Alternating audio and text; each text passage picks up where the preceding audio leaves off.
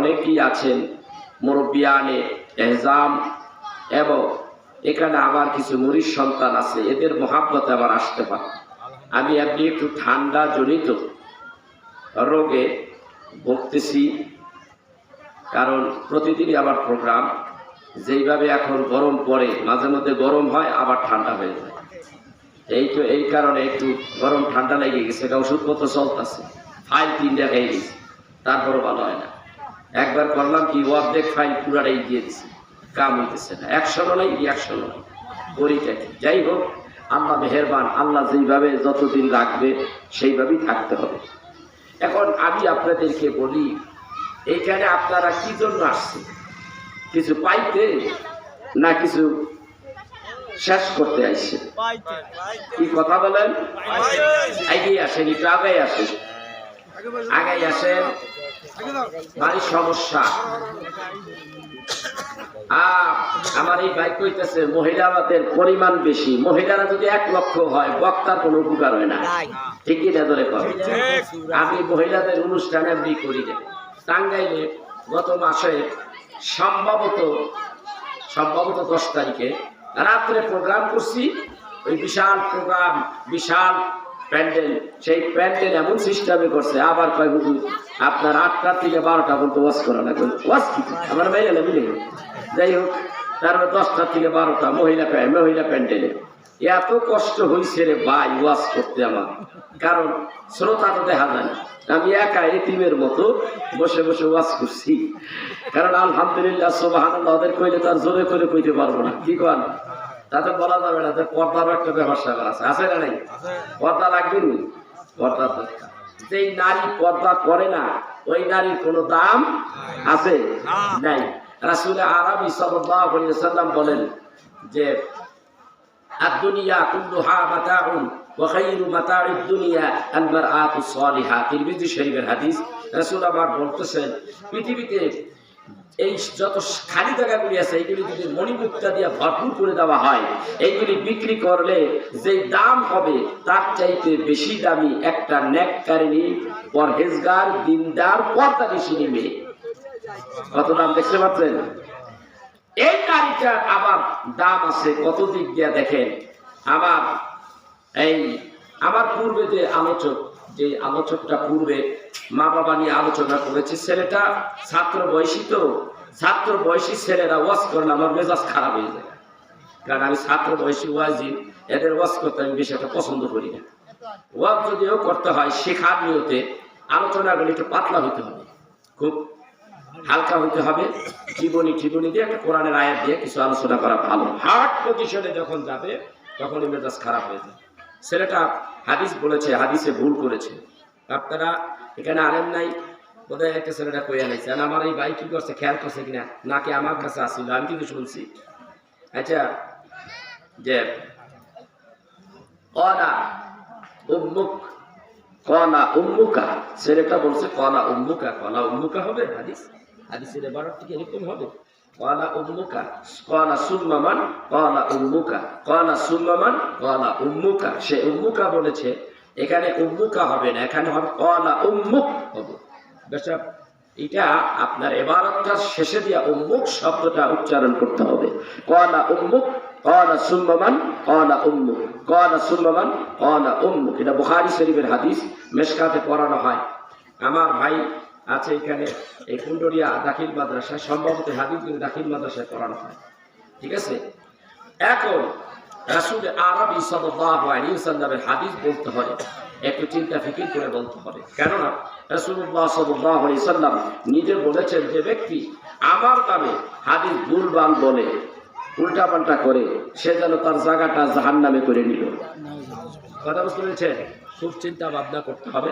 যদি হাদিস আমার না জানা থাকে, তার বাংলা অনুবাদ করলে আর লাগে না, যত দূর যাইতে হয় না। সেই জন্য আমিও ছাত্র জীবন থেকে ওয়াজ করি, সেই 86 সাল থেকে এই পর্যন্ত চলেই আসছে, প্রায় 40 হয়ে গেল। এখন ওয়াজ করতে হলে চিন্তা ভাবনা করে ওয়াজ করতে হবে। আজকে ওটা বাংলাদেশে ওয়াজ নসিহত করতে হয় আমার, এবং দেশের বাহিরেও আমার প্রোগ্রাম করতে হয়। দেশের বাহিরেও আমি প্রোগ্রাম করেছি, সামনে আরো প্রোগ্রামের অফার আসতেছে, কিন্তু রাখতে পারি না, কারণ এই বাংলাদেশের প্রোগ্রাম আমার আগেই সেটিং হয়ে যায়। তো ভাইরা, আমি আপনাদেরকে শুধু একটা কথাই বলবো যে বর্তমান যুগ প্রেক্ষাপট যে অবস্থা, মানুষ এখন মোবাইল আসক্ত হয়েছে, মানুষ ওয়াজের দিকে আসে না। একটু ওয়াজ শুনতে চাইলে মোবাইলে ওয়াজ আছে দেখি, কিন্তু মোবাইলে টিপতে টিপতে ওয়াজের কাছেও যায় না, ওই ডাইনে ভাবে খালি মারে। কথা বল না খেয়ে আমি এই ডাইনে বাইলে উল্টা পাল্টা কইলে কয় বছর এটা ভালো তো আছে, ভালো তো আছে। আমি নিজে দেখছি বুখারী মুসলিম শরীফের হাদিস যখন পড়া ধরি, ওটার মধ্যে তো নাম আল্লাহর রহমতে বেহেশত তো এটা হুড়াইয়া নামে, ওটার কোনো পর্দাও নাই, কিছু নাই। তখন আপনি কি করবেন? কথা কর এই শেষ করে ওই মোবাইলে, এই মোবাইলের কারণে এখন জনগণ ওয়াজ শোনে না, খুব কম শোনে। তো তারপরও যারা এই পড়ছেন ভুলে পড়ছেন মনে হয় নাকি? আরে এই কয়টা মানুষ ভুলে রাস্তা ভুলে আইসা করছে। যারা বাইরে আছেন মেহরবানি করে আসেন না, আমরা খুব শীঘ্রই ছেড়ে দেবো। আসেন, বুঝতে পারছি আপনাদের উপস্থিতি দেখে আমার পরিবেশ জুড়াই গেছে একেবারে। অথচ যেই কথাগুলি আপনি শুনতে এসেছেন, এই কথাগুলি দায়েম কায়েম করতে আল্লাহর হাবিবের কত কষ্ট হয়েছে, এটা জানেন আপনি? জানেন? শোনেন, একটা আয়াতের কালিমার একটা টুকরা আমি পড়েছি। ওয়ানজিরু আশিরাতাকাল আকরাবিন, রাসূল আরবি সাল্লাল্লাহু আলাইহি ওয়াসাল্লাম বলেছেন ওয়ান ইন্না আনজালনাহু ফি লাইলাতিল মুবারাকা ওয়ানজির আশিরাতাকাল আকরাবিন। এর অর্থ সূরা বুখারী শরীফের 4770 নম্বর হাদিস। এর ব্যাখ্যা করতে যাইয়া, আলোচনা করতে যাইয়া বুখারীর হাদিসে বর্ণনা করেছে, আল্লাহ তাআলা বললেন, ওগো হাবিব, আপনি আপনার জ্ঞাতি গোষ্ঠী, পাড়া পড়শি এবং আত্মীয় স্বজন তাদেরকে ভয় ভীতি দেখান, দ্বীনের কথা বলেন তাদের কাছে। রাসূলুল্লাহ সাল্লাল্লাহু আলাইহি সাল্লামের আত্মীয় স্বজন, জ্ঞাতি গোষ্ঠী এবং আদার সাইটে যে সমস্ত কম ছিল তাদেরকে বলতে গেলে নবীজির উপরে তো বিপদ আসারই কথা। কথা বলেন না? আল্লাহর হাবিব ডাক দিয়া বলেন, ও আমার জ্ঞাতি গোষ্ঠীরা শোনো, তোমরা সকলে এক জায়গায় হও, আমি নবী কিছু কথা বলতে চাই তোমাদের কাছে। নবীজি কথা বলার জন্য সমস্ত কাফির গোষ্ঠী, তার জ্ঞাতি গোষ্ঠী যারা ছিল, বিভিন্ন কওমের লোকেরা সকলে এক জায়গায় হইল, এক জায়গায় হলো। হাদিসের ভাষায় নাকি কেন হাদিস নাই, এক জায়গায় হলো। আপনারা দেখবেন কাবা শরীফের পশ্চিম দিকে, পশ্চিম আমাদের দেশের আন্দাজে পশ্চিম দিকে একটু কর্নারে ভেতরে আছে সাফা, তারপরে হলো মারওয়া পাহাড়। এই সাফা পাহাড়ের কিনারায় সমস্ত কাফিরগুলিকে একত্রিত করলেন। এই কাফির গোষ্ঠী রাষ্ট্র অনেক বড় বড় নেতারা অনেকেই আসতে পারে নাই, কিন্তু রাহমাতের নবীর কথা শোনার জন্য তাদের পক্ষ থেকে প্রতিনিধি পাঠানো হলো। বুখারী শরীফের হাদিসে আছে এই আয়াত প্রসঙ্গে ডাক দিয়া বলে, মুহাম্মদ সাল্লাল্লাহু আলাইহি ওয়াসাল্লাম, এই তো আমরা তোমার কথা শোনার জন্য এই সাফা পাহাড়ের কিনারে এসেছি, কি বলবে জলদি বলো, জলদি বলো।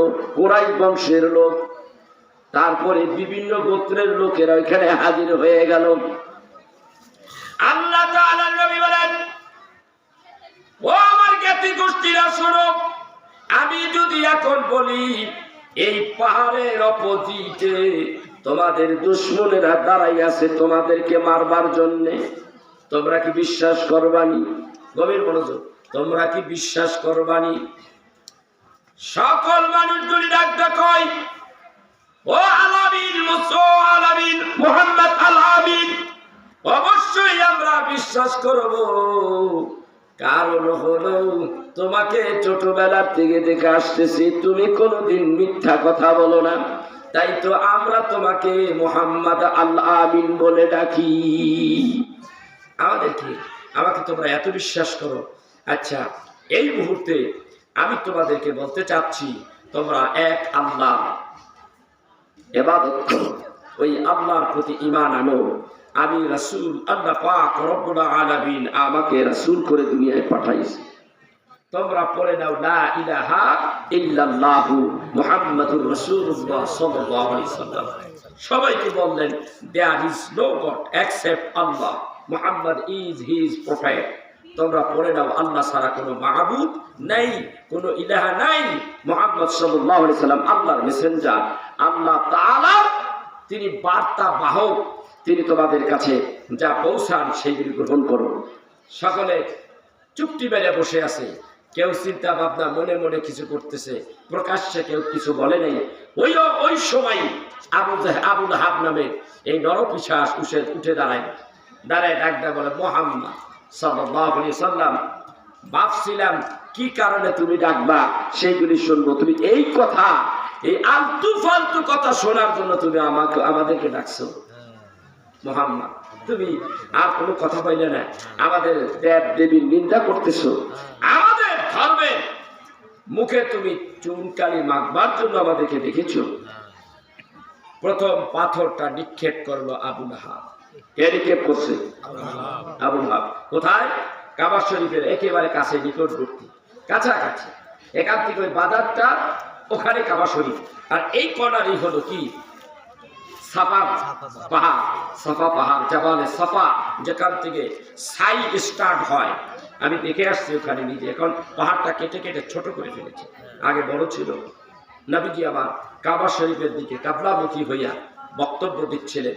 তারা এই বক্তব্যকে ডিনাই করবেন। ডাক দিয়া বলে, মুহাম্মদ,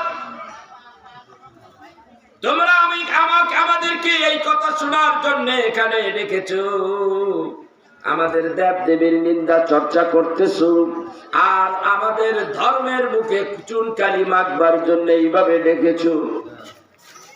এরপরে দেখা গেল আবু লাহাবের পক্ষ থেকে একটা ঢেল মারা হলো, পাথর মারা হলো। ওই পাথরের আঘাতে আমার রাসূলের কবরটা ফেটে গেল, রক্তগুলি পড়তেছে। আল্লাহ রাব্বুল আলামিন বুঝতে পেরেছেন। আল্লাহ বলেন, হাবিব গো, এরা আপনার দাওয়াতে সাড়া দিল না, এই মানুষগুলি আপনার দাওয়াতে সাড়া দিল না। আপনি দুঃখ করবেন না হাবিব, আপনি একটু আস্তে আস্তে ধৈর্য ধরেন, ব্যবস্থা হবে গো হাবিব। আমি রব্বুল আলামিনের নজরের বাইরে আপনি না। সব সময় আপনি নবী, রহমাতের নবী, আমি আল্লাহর নজরে, কুদরতি নজরের মধ্যে রয়েছে। আল্লাহু আকবার। কষ্ট করে ধর্ম, কত কষ্ট করে এই ইসলামকে প্রতিষ্ঠিত করেছেন আল্লাহ রাব্বুল আলামিনের হাবিব, কত কষ্ট করতে হয়েছে। ভাইরা আমার, আল্লাহ তাবারক ওয়া তাআলা হাবিবকে অপমান করলো, হাবিবকে কষ্ট দিল, সেজন্য মহান রব্বুল আলামিন একটা সূরা নাজিল করে দিলেন। সূরাটার নাম কি আপনারা জানেন? সূরাটার নাম হলো সূরা লাহাব। বুঝা যায় যে তাব্বাত ইয়াদা আবি লাহাব ওয়া তাব মা আগনা আনহু মালুহু ওয়া মা কাসাব সায়াসলা নারান যাতা লাহাব ওয়া ইমরাতু হাম্মালাতাল হাতাব ফি জিদিহা হাবলুম মিন মাসাদ। মনে করেন একেবারে কাছের সূরা, যে না এই সূরাটা বহু দূরে, আপনাদের কাছে ছোট সূরা হিসেবে আম করার মধ্যেই সূরাটা, আর অথচ বুখারী শরীফের কত গভীরের কথা। এই সূরা লাহাবটা শানে নজুল।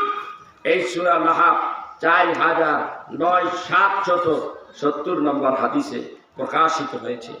এই সূরাটার শানে নজুল হলো এই, আল্লাহ রাব্বুল আলামিন বরদাস্ত করলেন না। মহান রব্বুল আলামিন কত মেহেরবান। আল্লাহ বলেন, হাবিব অপেক্ষা করেন আর দেখতে থাকেন, ওয়েট অ্যান্ড সি, অপেক্ষা করেন আর দেখতে থাকেন।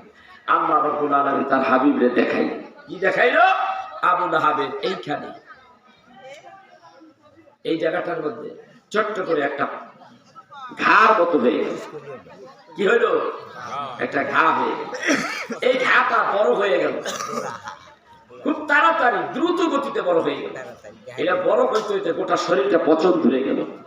তার পরিবারবর্গ তাকে একটা ঘরের মধ্যে ফেলে রাখছে, কেউ তার কাছে যাইতে পারে না, তার সঙ্গে দুর্গন্ধ। আল্লাহ নিজে বলেছেন, তাব্বাত ইয়াদা আবি লাহাব ওয়া তাব্বা, তাব্বাত ইয়াদা আবু লাহাব, তুই ধ্বংস হ, ইয়াদা তো দুই হাত ধ্বংস হ, তাব্বাত ইয়াদা আবি লাহাব ওয়া তাব্বা, এবং তুই নিজে ধ্বংস হ। আল্লাহ তার ধ্বংস কিভাবে করতেছে দেখেন, তার হাবিবের সাথে বেয়াদবি করার কারণে আল্লাহ তাকে কিভাবে কষ্ট দিচ্ছে, কিভাবে তাকে লাঞ্ছনা দিচ্ছে, কিভাবে তার অপমৃত্যু করতেছে। দেখা গেল তা ওই ঘরের মধ্যে সে পড়ে আছে একা একা, কেউ তার খোঁজ খবর নেয় না। তার ছেলে মেয়ে, তার স্ত্রী, তার পিতা, কেউ তার খোঁজ খবর নেয় না। দেখা গেল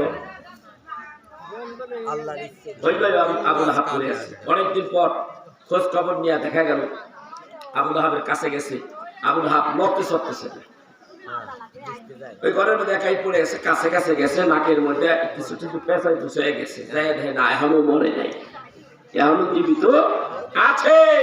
তার মানে লাঞ্ছনা গঞ্চনা এখনো শেষ পাই নাই, আছে না নাই? তার পরিবারেরা একটা উট আনলেন, উট আনিয়া উটের পেটের মধ্যে একটা বস্তার মতো বেঁধে দিল। ওই বস্তার মধ্যে আবু লাহাবের পচা দেহটা বস্তার মধ্যে ঢুকাইয়া ওই উটের পেটের নিচে ঝুলাইয়া ঝুলাইয়া উট খানে ছেড়ে দেওয়া হলো মরুভূমির দিকে।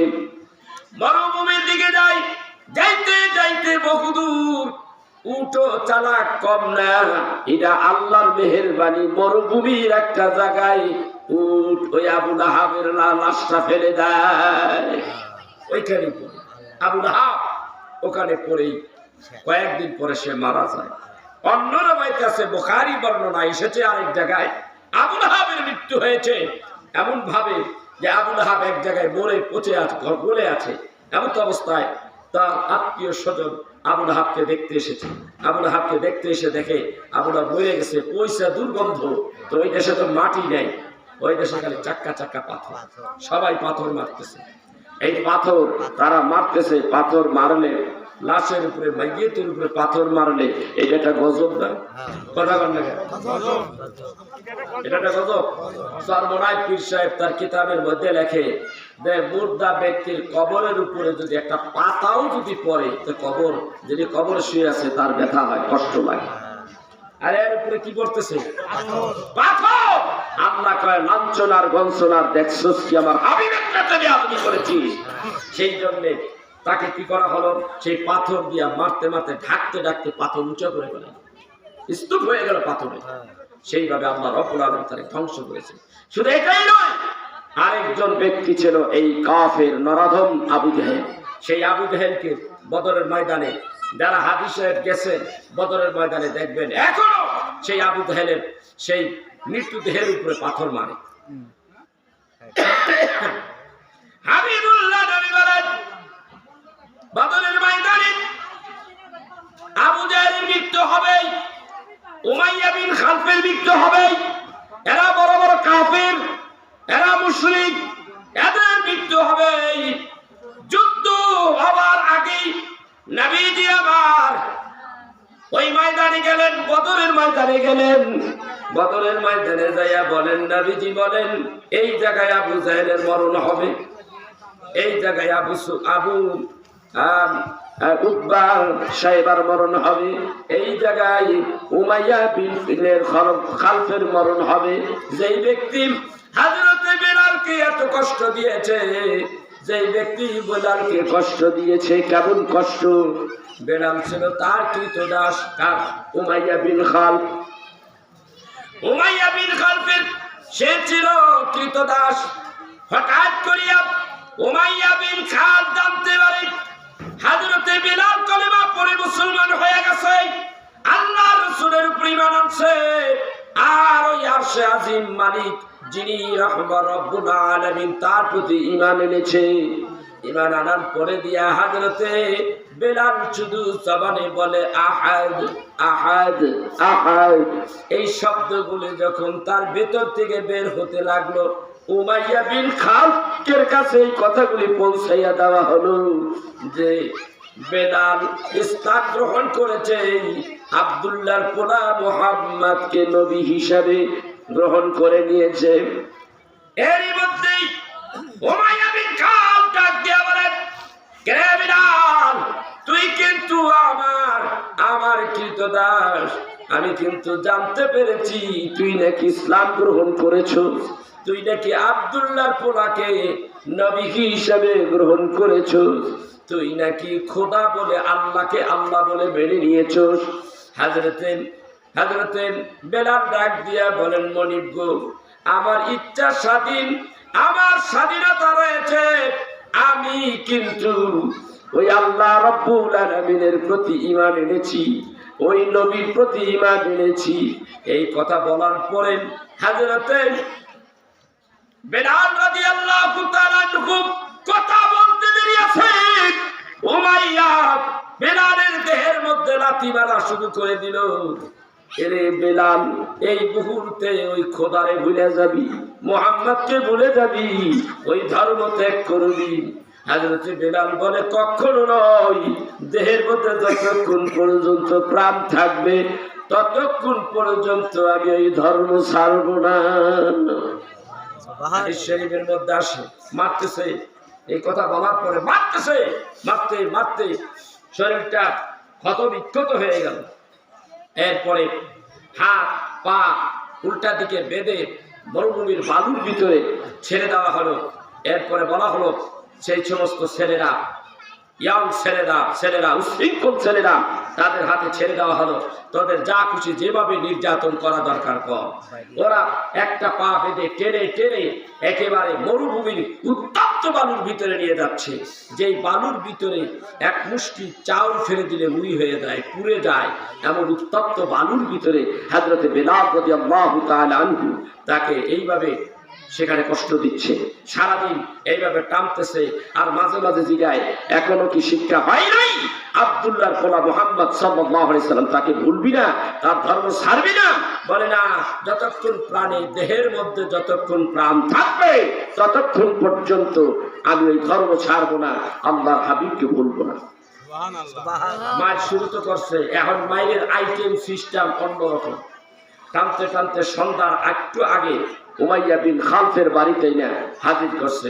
উমাইয়া ডাক ডাকায়, কিরে যুবকরা, বেলাল কি ধর্ম ত্যাগ করেছে? বলে না, এত মারলাম, এত পিটাইলাম, এত উত্তপ্ত বালির উপরে এইভাবে টানাটানি হাতছাড়ি করলাম সারাদিন, একটা বারের জন্য তার জবানে বলাইতে পারলাম না মুহাম্মদ সাল্লাল্লাহু আলাইহি সাল্লামকে ত্যাগ করলাম, আল্লাহকে ত্যাগ করলাম। সে বলে নাই। হযরতে বেলাল রাদিয়াল্লাহু তাআলা তখন তার মুখ দিয়ে লালা পড়তেছে, শ্যাবড়ি বের হয়ে ফেনার মতো পড়তেছে, মনে হয় মরে যাচ্ছে, এই এমন একটা অবস্থা। পানি চাচ্ছে, পানি দিচ্ছে না, কেউ তাকে পানি দিবি না। হযরতে বেলালকে ওইখানে চিৎ করে শোয়ায় রাখা হলো উত্তপ্ত বালির উপরে। একটা বড় একটা পাথর তার বুকের উপরে রেখে দেওয়া হলো। ও হযরতে বেলাল রাদিয়াল্লাহু তাআলা এই পাথরটার ওজন সে বহন করতে পারে না। আল্লাহ মেহেরবান, দয়াবান, তার এই পাথর তার বুকের উপর রাখার পরও তিনি বেঁচে ছিলেন। সারাটা রাত এই পাথরটা তার বুকে, এই পাথর বুকের উপরে রাখা অবস্থায় তার প্রভু হাকামুল হাকিমিন তাকে বলে নেই। সে সারাটা রাত বলেছে আহাদ আহাদ আহাদ, এইভাবে বলেছে আল্লাহ আল্লাহ আল্লাহ। মাঝে মধ্যে আমার হাবিবের কথা বলতেন। এইভাবে সে রাত পার করে দিয়েছে। এইভাবে শুরু হলো তার উপরে নির্যাতনের তুফান। বুখারী শরীফের মধ্যে এসেছে, এইভাবে অনেক সাহাবীদেরকে কষ্ট দিয়েছে। হযরতে খাব্বাব, হযরতে ইয়াসির, এইভাবে অনেকগুলি সাহাবীদের উপরে নির্যাতন করেছে আবু জাহেল, উমাইয়া বিন খালদ।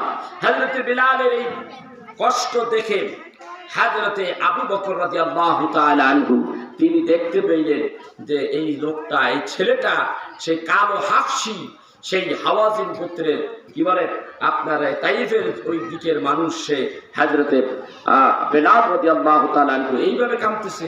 সে ধর্ম গ্রহণ করেছে, সে আহাদ আহাদ বলতেছে। হযরতে আবু বকর রাদিয়াল্লাহু তাআলা আনহু তার কাছে খবরটা গেলে তিনি দেখলেন যে এই অবস্থা, সে তো আমার একটা দ্বীনি ভাই। তখন তিনি তার অর্থের দিকে তাকাইলেন না, তিনি বললেন, এই লোকটাকে তুমি আজাদ করে দাও।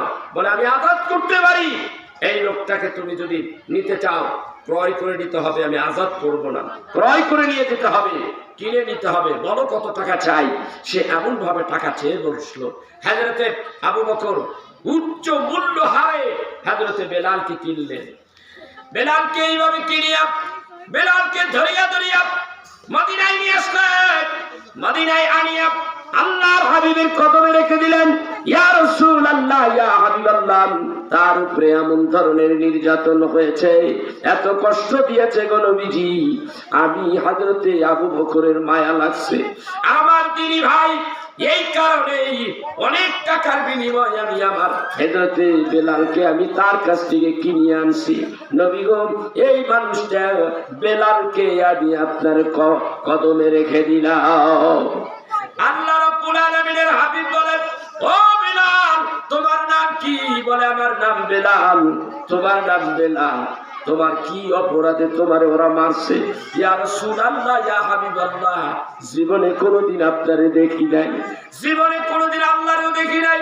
না দেখিয়াও উমাইয়া বিন খালফের কৃতদাসী ছিলেন, ওই অবস্থায় আমি কলেমা পড়ে মুসলমান হয়ে গেছি। নবী গো, আজকে আমি আপনারে দেখতেছি গো নবীজি, প্রাণ ভরিয়া আপনারে দেখি, আপনারে দেখলে আমার কলিজাটা ঠান্ডা হয়ে যায়। ইয়া রাসূলুল্লাহ, তাকায়া দেখেন আমার দেহের দিকেই ওই উমাইয়া বিন খালফ ইয়ং যুবক ছেলেদেরকে দিয়ে আমার পরে কি ধরনের নির্যাতন করেছে, কত কষ্ট দিয়েছে। রাতের পর রাত কেটে গেছে, আমি একটু পানি চাইছি, আমারে পানি দেয় নাই। আমার শুধু একটাই অপরাধ, এই ধর্ম গ্রহণ করেছি। আর আমি অচৈতন্য অবস্থায় যখন থাকতাম, তখনও আমি শুধু বলতাম আহাদ আহাদ। এই অবস্থায় আমার এই দিনী ভাই হযরতে আবু বকরের মায়া হলো, আমাকে উচ্চ মূল্য হারে ক্রয় করে এনেছে। নবী গো, আপনার কদমে আমি আমি বেলাল রে একটু জায়গা দেন। নবী ডাক দিয়ে কয়, হে বেলাল, আমি তোমাকে আমার কদমে, আমার হৃদয়ে তোমাকে আশ্রয় দিয়ে রাখলাম। শুধু তাই নয়, আমি তোমাকে শেষ পর্যন্ত, দেখেন কত ভালোবাসা। যখন আযানের প্রচলন হলো, নামাজ ফরজ হয়ে গেল, আযানের প্রচলন হলো, আযানের জন্য হযরতে বেলালকে তিনি কি করলেন? মুয়াজ্জিন বানিয়ে দিলেন। সুবহানাল্লাহ, সে মুয়াজ্জিন হয়ে গেল। সর্বপ্রথম মুয়াজ্জিনকে যারা বলেন, সর্বপ্রথম মুয়াজ্জিনকে বেলাল, হযরতে বেলাল রাদিয়াল্লাহু তাআলা, সেই হাবশী কালো বেলাল। আজও ভাইরা, আমরা তো ইসলামকে মহাব্বত করি না, ভালোবাসি না। আজও কাবা শরীফের যখন আপনি নামাজ পড়ে বের হবেন, ইব্রাহিম খলিলুল্লাহ ওই গেট দিয়ে বের হয়ে ইব্রাহিম খলিলুল্লাহ রোডে আসবেন, দেখবেন দুই পাশে কালো কালো ছেলেরা মেয়েরা ব্যবসা করে।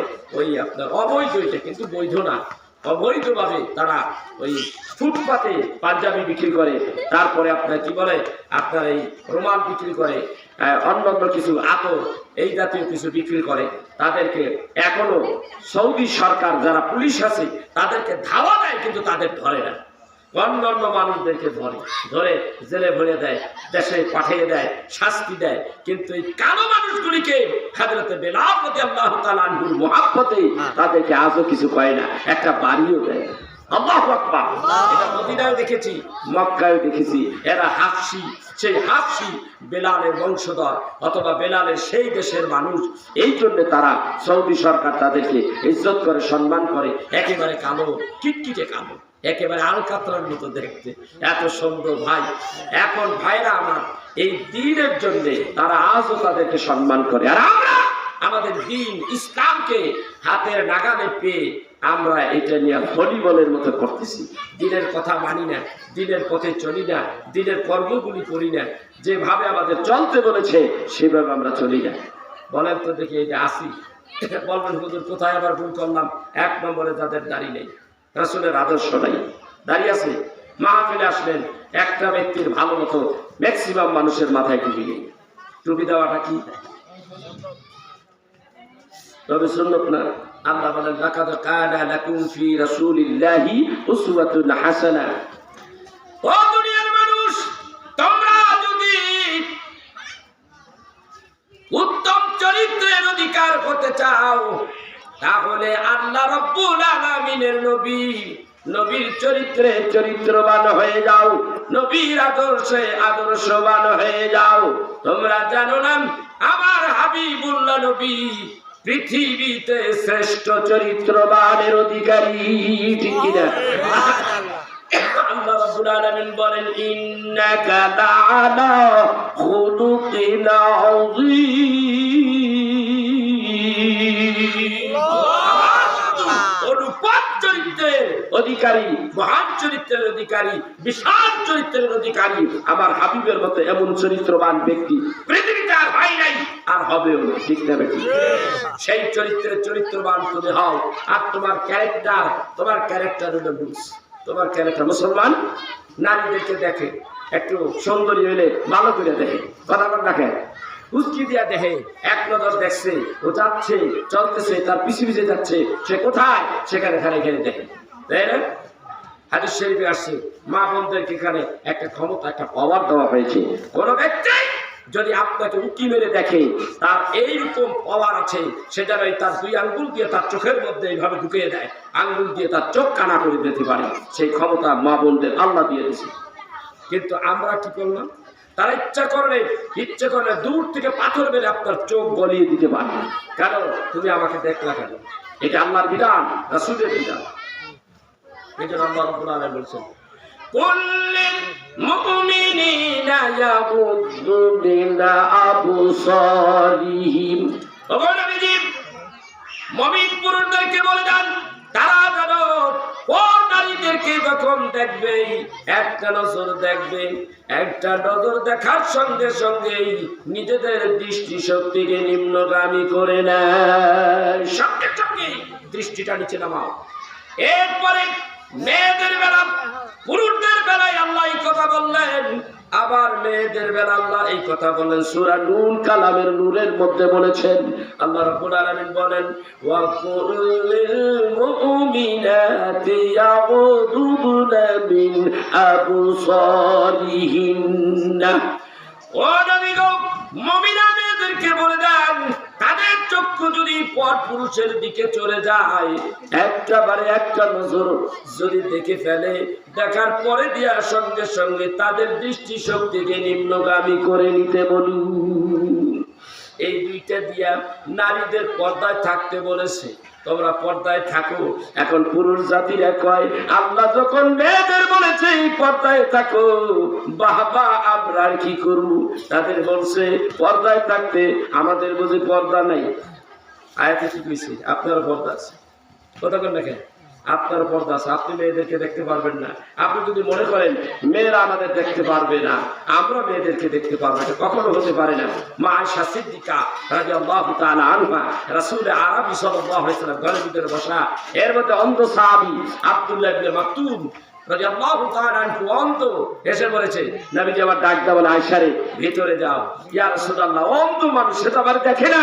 আমার নবী বলে, তুমি তো অন্ধ নও। আল্লাহু আকবার কাবীরা। অর্থাৎ তোমার জন্য যেই জিনিসটা হারাম, ওই জিনিসটা মেয়েদের জন্য হারাম। উভয়ের জন্য এই দিকে তোমরা দুইজনে কি পর্দা করতে হবে।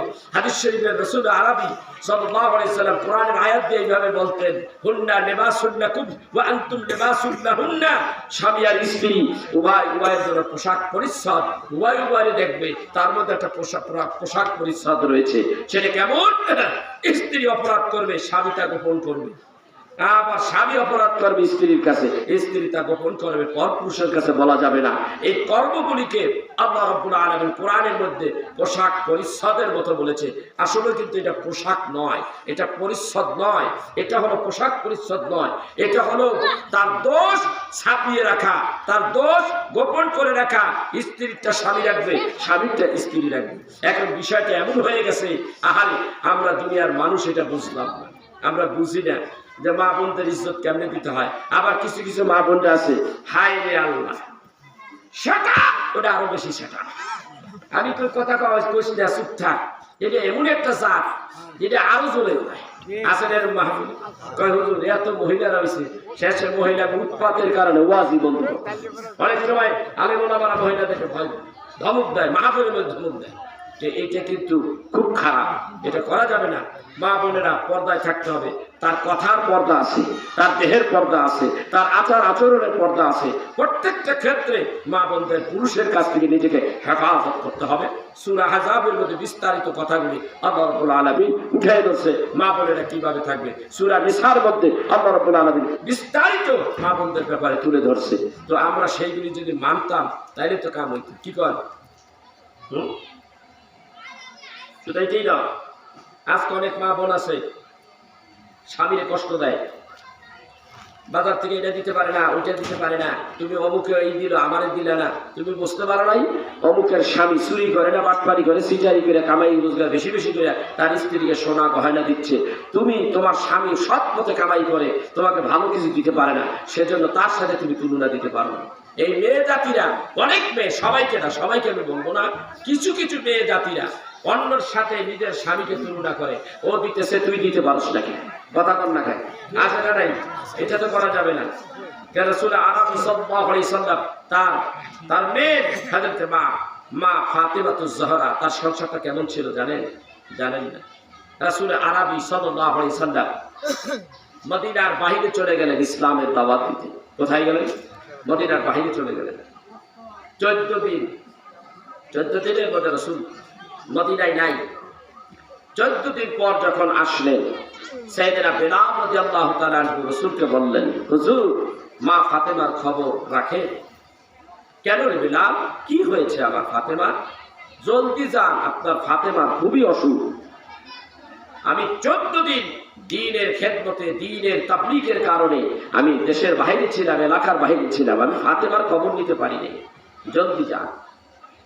রাসূল আরবি সাল্লাল্লাহু আলাইহি সাল্লাম পাগলের মতো হয়ে গেছে। মা ফাতেমার বাড়ির দরজার কিনারে এসে হাত মারলেন,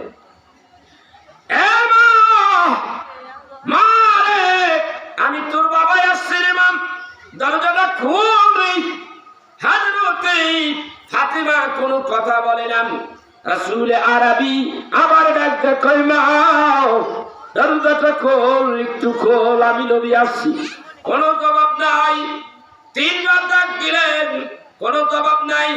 যখন নবীজি দরজা ধাক্কা দিতে লাগলেন, নবীজির মেয়ে ফাতিমা ডাক দিয়ে কয় ভাঙ্গা কণ্ঠে, আস্তে আওয়াজ দিয়ে ডাক দিয়ে কয়, বাবা গো দরজা ধাক্কা দিও না রে বাবা, দরজা ধাক্কা দিও না, আমি ভেতরে আছি গো বাবা, আমার পরনে কোনো কাপড় নাই, আমার পরনে কোনো কাপড় নাই, বাবা তুমি ঘরে ঢুকো না। কিতাবের মধ্যে আসছে রাসূল আরবি সাল্লাল্লাহু আলাইহি সাল্লাম বলেন, আল্লাহ তার নিজের গায়ের চাদর দিয়ে দিলেন, উপর দিয়ে ফিকে বাঁধলেন, ফাতিমা এই নে আমার গায়ের চাদরটা আমি তোরে দিয়ে দিলাম, এই চাদরটা পরিয়া যাই নামাজের উপরে একটু বয়, আমি তোরে দেখবো, তোরে না দেখলে আমি রহমতের নবী ঠিক থাকতে পারি না, আমি তোরে না দেখলে আমার ভালো লাগে না, কলিজায় আগুন লাগে। গায়ের চাদরটা কি রহমতের নবী মেয়ে ফাতিমা গায়ের চাদরটাকে পেঁচিয়েই যাই নামাজের মধ্যে একটু বসলেন, রহমতের নবী ভিতরে ঢুকলেন, ঢুকিয়া দেখেন ফাতেমার গালের মধ্যে গোশত নাই, শুকিয়ে গেছে, গালের হাড্ডিগুলি জেগে গেছে, চোখগুলি ভিতরে চলে গেছে, মনে হয় নরকঙ্কালের মতো দেখা যায়। রহমতের নবী বলে, ফাতেমা রে, আমি 15 দিন দ্বীনের দাওয়াত দেওয়ার জন্য আমি নবী এই মদিনার বাইরে ছিলাম, কি হয়েছে রে মা, কি হয়েছে তোমার, কি হয়েছে রে মা, কি হয়েছে, কেন তোমাকে এমন দেখা যায়, কেন এমন শুকিয়ে গেছো, তোমার কি হয়েছে, তোমার গায়ের মধ্যে জ্বর নাকি কোনো অন্য কোনো অসুখ হয়েছে, আমাকে বলো। মা ফাতেমা জবাব দিলেন, আব্বা গো আপনি বলেন পানি আর মাঝে মাঝে একটা খুরমা খাইয়া কতদিন পর্যন্ত না খাইয়া থাকা যায়, কয়দিন না খাইয়া থাকা যায় আব্বা? এই কথা বলে চিৎকার করে বাবার বুকের সঙ্গে মাথাটা টেক লাগাই দিয়েছে, টেক লাগাই দিয়ে কান্দে। নবী আমার ডাকটা কয়, মারে এই আরব দেশে বড় বড় ধনী পরিবারের ছেলেরা তোকে বিয়ার প্রস্তাব নিয়ে আমার কাছে এসেছিল, আমি বিয়ে দেই নাই, রাজা বাদশার ছেলেরা বিয়ের প্রস্তাব নিয়ে আমার কাছে এসেছিল, আমি তোকে দেই নাই, আমি গরিব আলীর কাছে তোরে বিয়ে দিয়েছি। মা কষ্ট যদি করো এই দুনিয়ার মধ্যেই কিয়ামতের দিন 500 বছর আগে ধনী ব্যক্তির আগে তুমি 500 বছর ধনী ব্যক্তির আগে 500 বছর আগে জান্নাতে যাইবা। সুবহানাল্লাহ।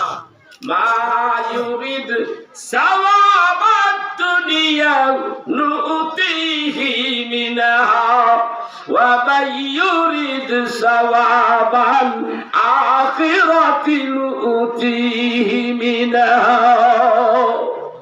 মাগো, যারা দুনিয়া চাইছে এরা দুনিয়া পাইছে, আখেরাত শূন্য, আখেরাত পাই নাই। যারা আখেরাত চাইছে তারা দুনিয়া পাবে না। মাগো, তুমি কোনটা চাও? দুনিয়া চাও না আখেরাত চাও? ফাতেমা ডাক দিয়া বলে, আপা গো, আমি তো দুনিয়া চাই নাই, আখেরাত চাইছি। মা, তুমি ভেবে দেখো, দুনিয়া চাও না আখেরাত চাও? যদি দুনিয়া চাও তাহলে তোমার জায়নামাজের কোণাটা একটু টান দিয়ে দেখো।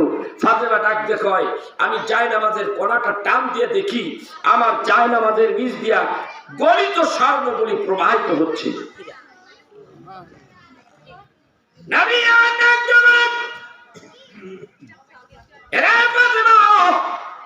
যদি দুনিয়া চাও এই স্বর্ণগুলি তোলো, তুলিয়া বাজারে নিয়ে বিক্রি করো, কোটি কোটি টাকার মালিক হয়ে যাবা। আর যদি আখিরাতের সুখ চাও এই দুনিয়ায় এইভাবেই কষ্ট করে নিতে হবে। মা ফাতেমা বাবার বুকের সঙ্গে মাথাটা লাগাইয়া কয়, বাবা গো, দুনিয়ার সুখ চাইলাম না, আখিরাতের সুখটাই চাইলাম। এই ছিল তাদের জিন্দেগি। এইগুলি কি ভাই গল্প? কথা কন, এগুলি গল্প নয়, এইগুলি আমাদের জন্য শিক্ষা, আমাদের জন্য সবক। এইগুলি আমাদের শিখতে হবে, এই মতে চলতে হবে। সুখের বেলায় যেন আল্লাহকে ভুলে না যাই, দুঃখের বেলাও যেন আল্লাহকে ভুলে না যাই। সুখের দুঃখের বেলা আপনারা মা আমার আল্লাহকে মনে রাখবেন, স্মরণ করবেন। মা বোনেরা অযথা স্বামীর সাথে খারাপ আচরণ করবেন না। আপনি জানেন না, আপনার স্বামী যদি আপনার উপর রাগান্বিত থাকে, গোসা থাকে, আর এই অবস্থায় যদি আপনি মারা যান, আপনার জন্য দোজখ অপেক্ষা করতেছে, জাহান্নামে আপনার যেতে হবে। মনে করেন সংসারের মধ্যে পাওয়ারফুল ব্যক্তি হলো একজন পুরুষ, আপনার স্বামী। আর এই স্বামী যা বলবে সেটাই হবে। আপনি তার কথা শুনতে হবে, তার কথা মতে আপনার চলতে হবে। শুধু স্বামী যদি বলে আল্লাহ নাই, আল্লাহকে মানা যাবে না, এই কথা স্বামীর শোনা যাবে না। কিন্তু আমার স্বামী প্রত্যেকটা কথাই আপনার শুনতে হবে, প্রত্যেকটা কথাই আপনার দাম দিতে হবে, সম্মান দিতে হবে। স্বামীকে এমন কষ্ট দেওয়া যাবে না যে কথা শুনলে স্বামী কষ্ট পাবে, এমন ধরনের কথা স্বামীকে বলা যাবে না, কখনো বলা যাবে না। এ ব্যাপারে অনেক কথা আছে হাদিস শরীফে, আমি ওইদিকে যাব না। তবে মা বোনদেরকে আমি বলবো, যে ব্যক্তি বোঝে সে অল্পতেই বোঝে, ঠিক কি না? আর যে বোঝে না তারে সারাদিন বুঝাইলেও বোঝে না। ইসলাম প্রচারের জন্যে, এই দ্বীনকে টিকিয়ে রাখার জন্যে, এই দ্বীন সম্পর্কে মানুষদেরকে জানাবার জন্যে ওয়াজ মাহফিল বাংলাদেশে কম হয় না বেশি হয়? কথা কয় না কেন? তাই নাকি সুদ খাওয়া হালাল না হারাম? মিথ্যা কথা হালাল না হারাম? দুধে পানি দেওয়া হালাল না হারাম? আহা, যেই জিনিস আছে খাঁটি এর মধ্যে ভেজাল মিশানো হারাম না হালাল?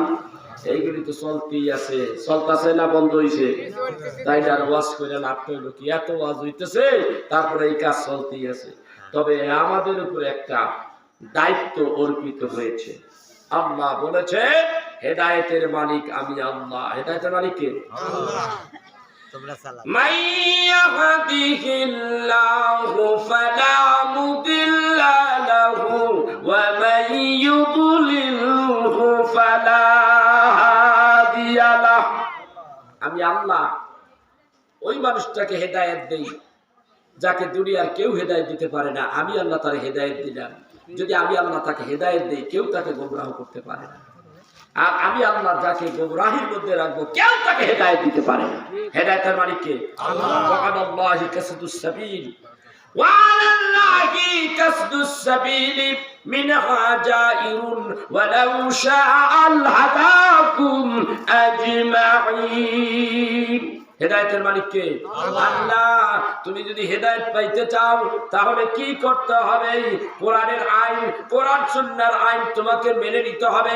আল্লাহ তাআলা কোরআনের মধ্যে এইভাবে বলেন, ফামান তাবিআ হুদায়া ফালা খাউফুন আলাইহিম ওয়ালা হুম ইয়াহজানুন। আল্লাহ বলতেছেন যে ব্যক্তি আমার ওহীর জ্ঞান, ওহীর আইন, ওহীর বিধান যে ব্যক্তি মেনে নিবে তার কোনো ভয় নেই, লা খাউফুন, তার কোনো ভয় নেই, ওয়ালা হুম ইয়াহজানুন, তার কোনো চিন্তাও নেই। এইভাবে প্রতিদিন আলোচনা চলছে তো চলছে। এই এলাকায় আরেকটা প্রোগ্রাম হচ্ছে না? ওইদিকে কোথায় একটা হচ্ছে, কাছাকাছি। প্রতিদিনই তো ডাবল 3টা 4টা করে এক এলাকা ভিত্তিক প্রোগ্রাম হচ্ছে। প্রতিদিনই ওয়াজ শুনতেছে।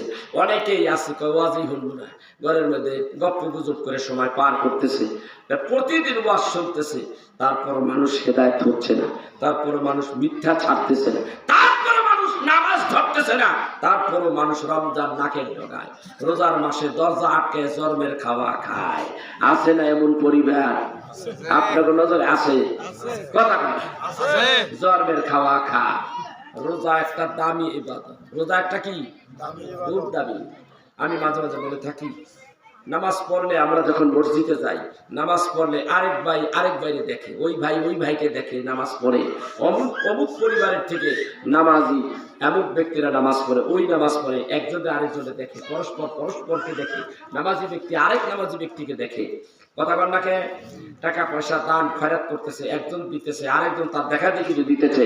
এইভাবে দেওয়া নেওয়া হচ্ছে, এইভাবে কাজ হচ্ছে। কিন্তু রমজানের ব্যাপারটা একেবারে আলাদা। এই রোজার মাসে রোজা রাখে, সে রোজা রাখে, সে রোজা রাখে নাই, জানে কি? আপনার আমার জানার কথা? আপনি আমি জানি 10 জন ব্যক্তি রোজাদার, তার মধ্যে 2 জন দুপুরবেলা খাইয়া জোহরের নামাজ পড়তে বেরিয়েছে। রোজাদার গুলো, তুমি কি রোজা? বলে আমি রোজা। ওদের কি বাইর করা সম্ভব? রোজাদার রোজা যে সে না, এটা কিন্তু বাইর করা সম্ভব না। সে নামাজ না পড়লে বেনামাজিরে বাইর করা সম্ভব, এটা নামাজ পড়ে না। কথা কর না কেন? কিন্তু রমজানের রোজা, সে দুপুরবেলা জর্মের খাওয়া খাইছে 12:30টার দিকে, কিন্তু আজান তো পড়ছে ঠিকই, রোজাদারের লাগে নামাজ পড়তে গেছে সমাজ রক্ষা করতে। আছে না এরকম? কিন্তু এই যে রোজা যে সে না, আপনি আমি ধরতে পারলাম না, মালিক খবর জানে কি জানে? হ্যাঁ, তাইলে কি রোজা রাখা যাইব না? বড় দামি। আল্লাহ কয় নাই নামাজ আমার, হজ আমার, যাকাত আমার, অন্যান্য যা কিছু করো দান খয়রাত এগুলি আমার, এটা বলে নাই। আল্লাহ নিজে বলেছে রোজা আমার। এর কি? এর পুরস্কার আমি দেব। আনা উজু যাবি, আমি এর পুরস্কার আমি নিজে দেব। ফেরেশতাদেরকে কখন এই ফাইনাল দিয়ে দেয় জানেন? খুতবার কিতাবের মধ্যে হাদিসটা আছে, দেখেন। বা আপনার কি বলে, খুতবাতুল আহকামের মধ্যে আছে, দেখেন হাদিসটা। আপনারা রমজানের মাসে রোজা রাইখা সকালবেলা 8 ঘটিকায় অমুক মাঠে নামাজ পড়তে যান না? ঈদের মাঠে নামাজ পড়তে যান না? যখন ঘরের তন বাইরেছে, তখন আল্লাহ তাআলা বলে যে যাকে যাকে দলে দলে ফেরেশতারা কই যায়, ওই যে ফেরেশতাকে জিগায় খায়, ওই যে কইছিল আল্লাহ মানুষ বানানোর দরকার নাই, এই জন্য গাই মারছে আল্লাহ। এরা কই যায়? আল্লাহ এরা 1 মাস রোজা রাখছে, রোজা রাইখা এরা ঈদুল ফিতরের নামাজ 2 রাকাত ওয়াজিব নামাজ পড়ার জন্য ঈদগাহে যাচ্ছে। আল্লাহ তাআলা ডাকতে বলে, ফেরেশতারে এই মানুষগুলি 1 মাস আমার চাকরি করেছে, আমার মেলে, আমার ফ্যাক্টরিতে, আমার টেক্সটাইলে এরা চাকরি করেছে, এদের 1 মাসের বেতন এখন এরা প্রাপ্য কিনা? বলে হ্যাঁ, আল্লাহ 1 মাসের বেতন পাবে। আল্লাহ ডাকতে বলেন, ফেরেশতারা রে, এই মানুষগুলি যখন ঈদের মাঠে যায়, এই মানুষগুলি এমন পাপ মুক্ত হয়ে যায়, নিষ্পাপ হয়ে যায়, যেন কিছুক্ষণ আগেই মায়ের পেটের ভিতর থেকে একটা বাচ্চা প্রসব করলো, ওয়া করে চিৎকার মারে, এই বাচ্চার কোনো পাপ নাই, গুনাহ নাই, দোষ নাই। ঠিক ওই রকম নিষ্পাপ হইয়া যায় যেই ব্যক্তি 1 মাস রোজা রাখা তারপরে ঈদের মাঠে যেই ব্যক্তি যাইতেছে, আল্লাহ বলে এই মানুষটার কোনো পাপ নাই, এইটা নিষ্পাপ। নিষ্পাপ তো বানাইলাম, পুরস্কারটা তো আমি দিতে চাইছিলাম। শোনো নাই ও ফেরেশতারা, শুনে নাও, আমি আল্লাহ রোজাদারের হয়ে গেলাম। আল্লাহু আকবার বলবেন না? আমি আল্লাহ রোজাদারের হয়ে গেলাম।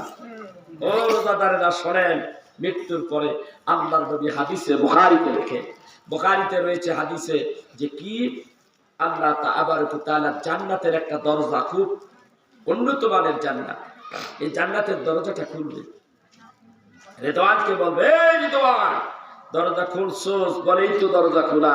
বলে জান্নাতের মধ্যে তাদের ঢুকা যারা রোজাদার, এই মানুষগুলি জান্নাতে ঢুকবে। রোজাদারকে জান্নাতে ঢুকাইয়া, রোজাদারদের জান্নাতে ঢুকাইয়া ওই জান্নাতের দরজা বন্ধ করে দেওয়া হবে, তাদের সম্মানিত করা হবে। এরা আমার মেহমান, এরা আমার মেহমান, আর আমি রব্বুল আলামিন এদের হয়ে গেলাম। এরা আমি আল্লাহ তাদের হয়ে গেলাম। আল্লাহু আকবার কাবীরা, আল্লাহু আকবার কাবীরা। মহান রব্বুল আলামিন ওই মানুষটাকে এমন সম্মান করবে, ইজ্জত করবে। আল্লাহ নবী বলেন, আসরের নামাজের পরে রোজাদারের মুখ দিয়া যে দুর্গন্ধটা বাইর হয়, নবী আমার বলেন এই দুর্গন্ধটা তোমাদের জন্য দুর্গন্ধ, কিন্তু আল্লাহ বলেন এই দুর্গন্ধটা আমি আল্লাহর কাছে মেশকো আম্বীরের চাইতে সুগরান আরো বেশি দামি। সুবহানাল্লাহ। এই রমজানের রোজাদারের মর্যাদা আল্লাহ কত বাড়িয়ে দিয়েছে। যদি তুমি জীবনের গুনাহগুলি মাফ করতে চাও, জীবনের গুনাহগুলি যদি মাফ করতে চাও, তাহলে 1 মাস তাকওয়ার সাথে সিয়াম সাধনা করো। সিয়াম সাধনা করলে পরেই আল্লাহ রাব্বুল আলামিন তোমাকে পাপ মুক্ত মাসুম বেকুনা বানাইয়া দেবে। রোজা রাখা দরকার আছে না নাই? আছে। আল্লাহ তাবারক তাআলা রোজার মাস চাঁদ উঠাইলেন, চাঁদ উঠাইলে সাথে সাথে শয়তানরে শিকল দিয়ে বাঁধে। কথা বল না, জান্নাতের দরজাটা বন্ধ করে দেয়, জান্নাতের 8টা দরজা খুলে দেয়। এই রোজা রাখতে দেয় তারা মরবি, মরলেই জান্নাতে। সুবহানাল্লাহ। জান্নাতি, তুমি জান্নাতি। নবীজি আমার একবার মসজিদের ভিতরে ঢুকলেন, ঢোকার পরে তিনি সিঁড়িতে, প্রথম মেম্বারের সিঁড়িতে পা রাখলেন, বলেন আল্লাহুম্মা আমিন। দ্বিতীয় সিঁড়িতে পা রাখলেন, বলেন আল্লাহুম্মা আমিন। তৃতীয় সিঁড়িতে পা রাখলেন, বলেন আল্লাহুম্মা আমিন। সাহাবীরা জিজ্ঞাসা করে, ইয়া রাসূলুল্লাহ, আজকে যে কেমন যেন একটু ব্যতিক্রম হয়ে গেল, 3 বার আমিন বললেন, 3 সিঁড়ির মধ্যে পা রাখা, কারণ কি? দয়া করে আমাদেরকে একটু জানাবেন। নবীজি ডাক দিয়ে কয়, শোনো তাহলে, আমি মসজিদের ভিতরে ঢোকার সঙ্গে সঙ্গেই আমি যখন মসজিদে নববীর ভেতরে মেম্বারে প্রথম পাড়া রাখলাম, এসে জিবরাইল হাজির, আইসা আমারে ডাক দিয়ে কই, ইয়া রাসূলুল্লাহ, ওই মানুষটা ধ্বংস হয়ে যাক যেই মানুষটা তার মাকে পাইয়া, তার মার সেবা করিয়া জাহান্নামকে হারাম করতে পারল না। ইয়া রাসূলুল্লাহ, তখনই আমি তার কথার সমর্থন দিতে যাইয়া বলেছি আল্লাহুম্মা আমিন। আমি নবী তখন সমর্থন দিয়ে তার কথার সমর্থন দিতে যাই বলেছি আল্লাহুম্মা আমিন। ইয়া রাসূলুল্লাহ, দ্বিতীয় সিঁড়িতে পা রেখে আমিন বলার কারণ কি? নবী আমার ডাক দিয়ে বলে, দ্বিতীয় সিঁড়িতে যখন পা রাখলাম, জিবরাইল আবার এসে গেছে, আমাকে বলে, ইয়া রাসূলুল্লাহ, ওই মানুষটা ধ্বংস হয়ে যায় যেই মানুষটা 1 মাস রোজা পাইয়া জান্নাত হাসিল করতে পারল না। নবী গো, ওই সময় আমি তার কথা সমর্থন দিতে যাই, তখন বলেছি আল্লাহুম্মা আমিন। তৃতীয় সিঁড়িতে পা রেখে আল্লাহুম্মা আমিন বললেন, তার কারণ কি? নবী বলে, তখন দেখি আমার জিবরাইল আবার আমার সামনে এসে গেছে। জিবরাইলকে জিজ্ঞাসা করে, জিবরাইল আমাকে বলে, ইয়া রাসূলুল্লাহ, ওই মানুষটা ধ্বংস হয়ে যাক যে মানুষটা আপনার নাম শোনার পরে দুরূদ শরীফ পড়ে না। হাদিস শরীফের মধ্যে আসছে, শোনো তোমরা,